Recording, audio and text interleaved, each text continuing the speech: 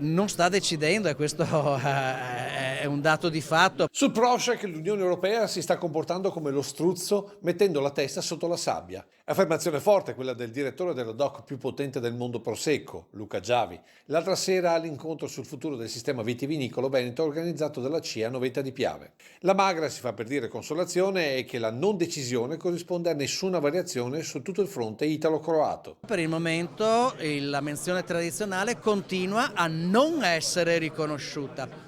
Prošek non è una menzione tradizionale. Ma la prima DOC per vendite al mondo non stanno fermi, puntando ad usare sulla costa slava il metodo Prosecco già utilizzato con successo in altri continenti. Andiamo dall'altra parte a lavorare su una novellazione della normativa comunitaria che consenta di proteggere meglio le denominazioni d'origine anche da questi potenziali rischi. Del resto, in un tempo, in un mondo come quello del vino, dove si parla sempre più di crisi, il Prosecco continua a macinare fatturato. Come quelli che stiamo registrando fino in questo momento, con un incremento pari al 5,6% registrato nei primi 10 mesi di quest'anno. Certo, fatturato non vuol dire guadagno. Noi in questo momento di sicuro stiamo imponendo ai mercati più valore.